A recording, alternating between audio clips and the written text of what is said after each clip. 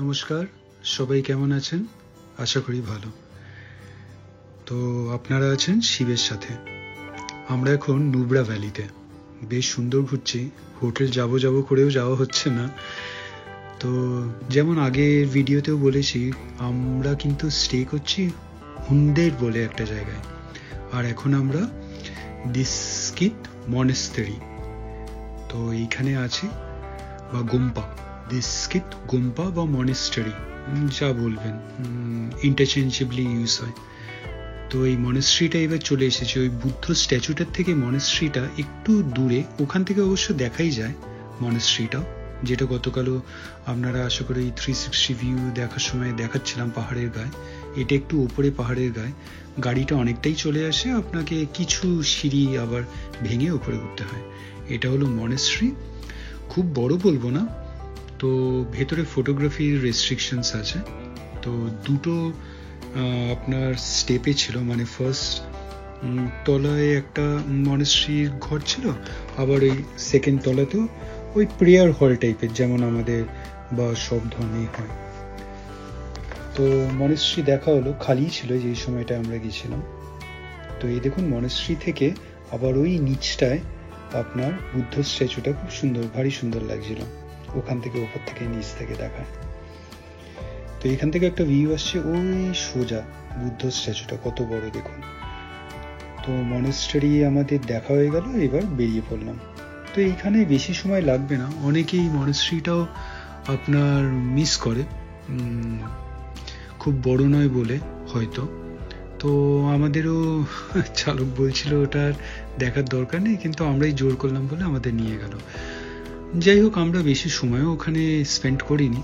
তো দেখা হয়ে গেল, এবার আমরা হুন্ডেরে চললাম। আমাদের কোথায় স্টে করছি সেটা আপনাদের দেখাচ্ছি। অ্যাকচুয়ালি আমরা স্টে করব এই আজকেই প্রথম এই লাদাখ ট্যুরে আমরা একটা আপনার টেন্টে স্টে করব। তো আমার তো টেন্টে থাকাই হয়, ট্রেকিংয়ে যখন যাই অনেক জায়গাতেই টেন্ট থাকে। আর এমনি অনেক জায়গায় ঘুরতে গেছি, উড়িষ্যার কয়েকটা জায়গায়, অনেক জায়গাতে টেন্টেও স্টে করেছি, কিন্তু যতদূর মনে পড়ছে ইয়াসের এর আগে কখনো টেন্টে থাকা হয়নি। তো সেইবার ওইগুলো এই সোলো ট্যুর ছিল, মানে বন্ধু বান্ধবদের সঙ্গে গেছিলাম।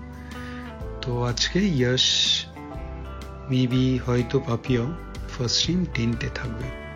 তো এইগুলো অবশ্য আমার ট্রেকিং টেন্টের থেকে অনেক বেটার। সুইস টেন্টস বলে, সুন্দর, মানে আপনার ফেসিলিটিস ওয়াইজও অনেক বেটার। কারণ আমরা ট্রেকিংয়ে যে টেন্টগুলো থাকি ওখানে খালি ওই থাকার জন্যে, আর স্পেশালি আমরা তো মাটিতেই শুই, টেন্টের মধ্যে অনেক শর্ট হাইট থাকে, আমরা ওইগুলো পিচ করে তারপরে ওখানে স্টে করি। আর এইখানে টেন্টগুলো মোটামুটি আপনার মানে পার্মানেন্টও বলতে পারেন, কারণ নিচে একটা কংক্রিট ফ্লোরিং করা আছে, তারপরে টেন্টটা আপনার পিচড থাকে। ইনফ্যাক্ট যেগুলো সুইস টেন্ট অনেক বড়, অনেক সুন্দর।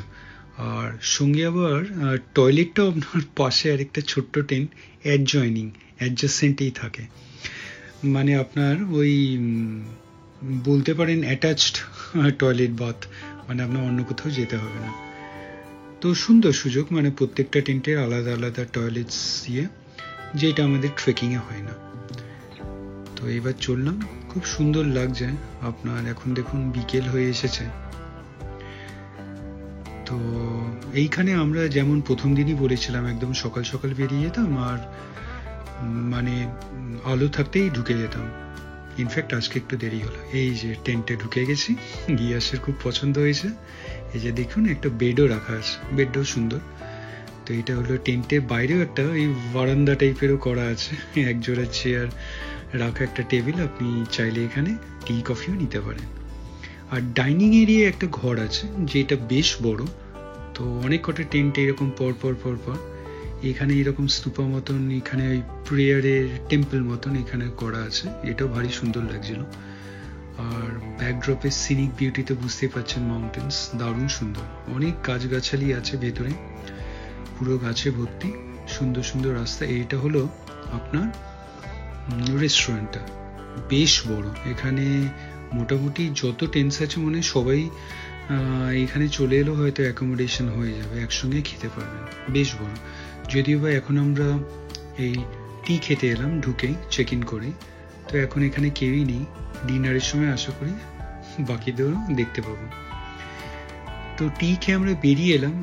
এইরকম সিটিং অনেক কটা করা আছে। এক তো টেন্টের বাইরে একটা বারান্দা করা ছিল, ওখানেও ছিল, প্লাস আপনার বাইরেও এরকম গাছের এখানে এরকম ঝোলার মতন কয়েকটা অপশনস করে রেখেছে। তো ইয়াস খুব মজা পেয়েছে কিন্তু।